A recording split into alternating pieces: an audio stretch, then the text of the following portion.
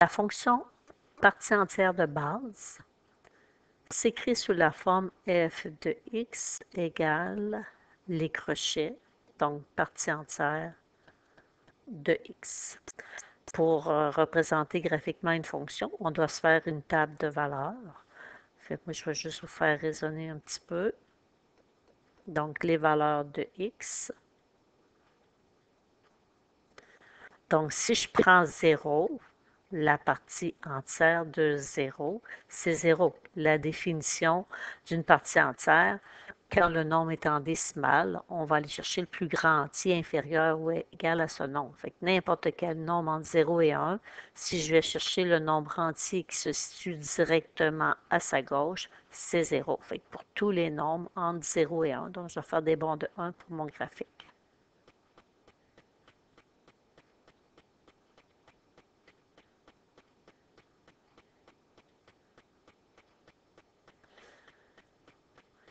Quand je prends 1, la partie entière de 1, c'est 1.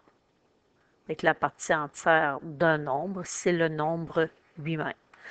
Fait que quand le nombre entier qui se retrouve dans mes crochets, c'est 1, ben ma partie entière, c'est 1.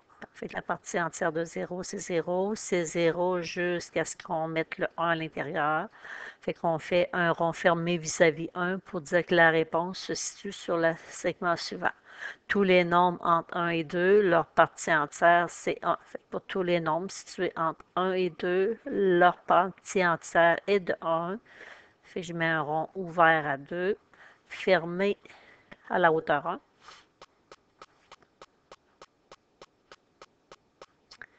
Et je vais aller le fermer à la hauteur 2. Fait que quand x vaut 2, ma partie entière, c'est 2. Ça reste 2 jusqu'à ce que j'arrive à 3. À 3, la partie entière de 3, c'est 3. Fait que tous les nombres entre 3 et 4, leur partie entière est de 3. Et ça nous donne des segments horizontaux fermés à gauche, ouverts à droite. Les segments ont tous la même longueur, fait que la longueur, elle est de 1 et la distance entre chacune des marches est de 1. Fait qu'on peut faire la même chose pour compléter le graphique pour des x qui sont négatifs.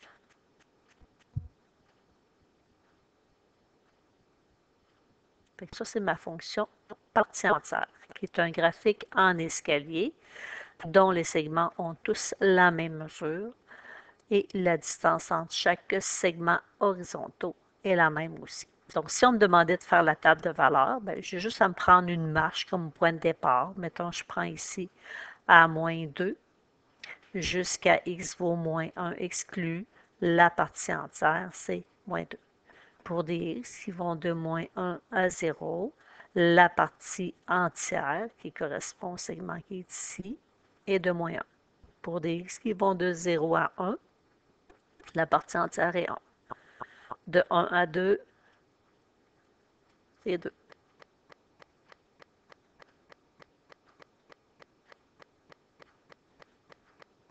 Je me suis trompée ici.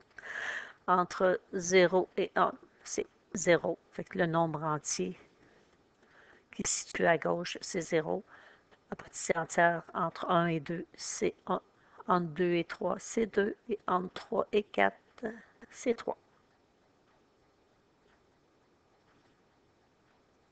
Pour le graphique, si on veut en faire l'analyse, le domaine, c'est l'ensemble des valeurs qu'on peut donner à la variable x. Donc, on lit de gauche à droite en sachant qu'on peut ajouter d'autres marches dans notre escalier. Donc, le plus loin que je peux aller à gauche, ben, je suis à un x qui est négatif que je ne connais pas, puis le plus loin que je peux aller à droite en sachant que je peux continuer de tracer des marches, bien, je suis dans le positif à une valeur de x que je ne connais pas. Donc, ça va de moins l'infini à plus l'infini, qu'on n'écrit pas. Donc, c'est les réels. L'image, je ne peux pas dire les réels parce qu'on a des trous. Je ne peux pas avoir une marche à la hauteur 0,5. Donc, j'ai seulement des marches à des valeurs entières. Donc, ici, on pourrait dire Z, les nombres entiers, mais ce n'est pas toujours Z. Donc, ce qu'on fait dans ce temps-là, si ce n'est pas les nombres entiers, bien, vous faites juste m'en nommer 3 pour que je puisse voir la régularité. Donc, les bons entre 3 segments consécutifs. Fait que si j'ai pris -1, 0, 1, j'aurais pu écrire plus de valeurs aussi.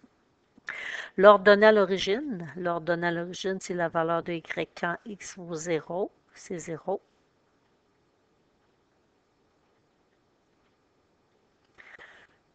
Les zéros de la fonction ou les abscisses à l'origine, fait que les valeurs de x quand y vaut 0, bien mon segment, il est pour des x qui vont entre 0 et 1, 0 inclus, 1 exclu. L'extrémum, on n'en a pas. Ça monte tout le temps ou ça descend tout le temps, donc aucun. On n'a pas de minimum, nous n'avons pas de maximum. La variation, donc la vue d'ensemble, ce qu'on voit, c'est un escalier qui monte, donc c'est une fonction qui est croissante. Pour des x qui vont de moins l'infini à plus l'infini, donc elle est croissante sur l'ensemble des nombres réels. Et la variation, donc la fonction elle est positive, donc elle est située sur l'axe des x ou au-dessus de l'axe des x, donc ça commence ici.